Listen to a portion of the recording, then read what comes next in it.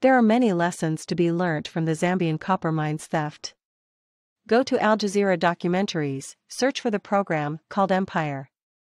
Then search for Stealing Africa. Why poverty?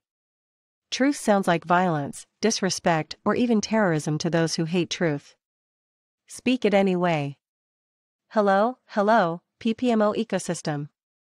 To get full benefit from this clip, it is advised that you watch the documentary first.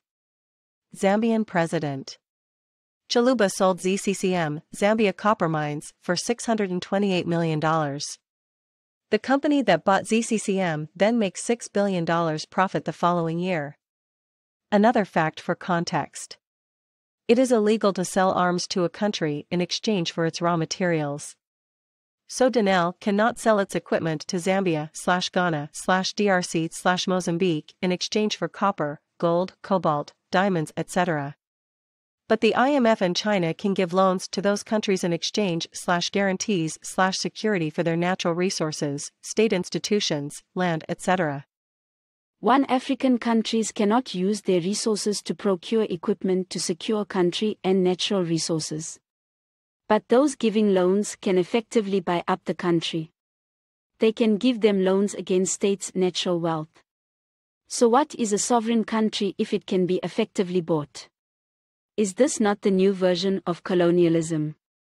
Who makes these international laws/rules and for whose benefit? Apply yourself, native. 2. Ascaris in the system/abuse of power. No president should have the power to sell state assets without citizens' approval. A referendum must be the minimum requirement. We need to limit presidential power to ensure they are not compromised. Chiluba's action was treasonous. Presidents are there to govern, not sell state assets. This would mean defining what governance means and what limitations/restrictive governance must be implemented. In this documentary, there is a Zambian defending this theft of the country's resources. An Ascari. Clearly a Zambian that has been compromised. The crime of treason needs to be activated all over Africa to discourage Ascaris. Just look at the system given to us by our apartheid masters. It encourages and rewards those who sell out the country and its people. The number of politician examples is endless. Just like the banks giving politicians shares to look the other way. The same has taken place in mining. I guess in all sectors of SA economy. 3. The role of IMF to strong-arm Chiluba. IMF enabled the sale of a country's copper. Note contracts and mechanisms created to enable stealing of African resources by foreign interests. For example, transfer pricing. Let's be honest here. Natural resource prices fluctuate all the time. Why did they not extend credit? The copper was not going to disappear if they extended. The value of the resource in the ground was still there. If this is not infiltration/lobbying for the private sector, then what is?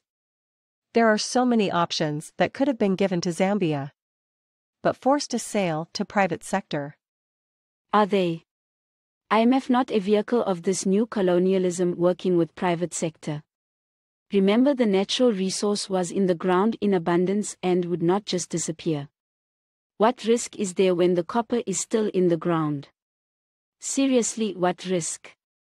This was strong-arming a country to steal its resources. Now SA think of IPP secrecy, 500 billion COVID loans from China, etc. What has been offered as security? As a South African, ask yourself, how far does this infiltration go in SA? It needs no experts, but what are you seeing at departments/SOEs? Who is getting the work/tenders? Who is holding positions of influence? What is the makeup of foreigners in the ruling party, etc.?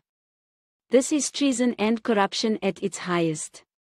Now add the constitution, the removal of vetting, the removal of visa, etc. Native, you in trouble. SA, you have been infiltrated and your political elite compromised. I know most of you see this, but if not now, you will soon. Tandy and Madam. Awesome, have a great one.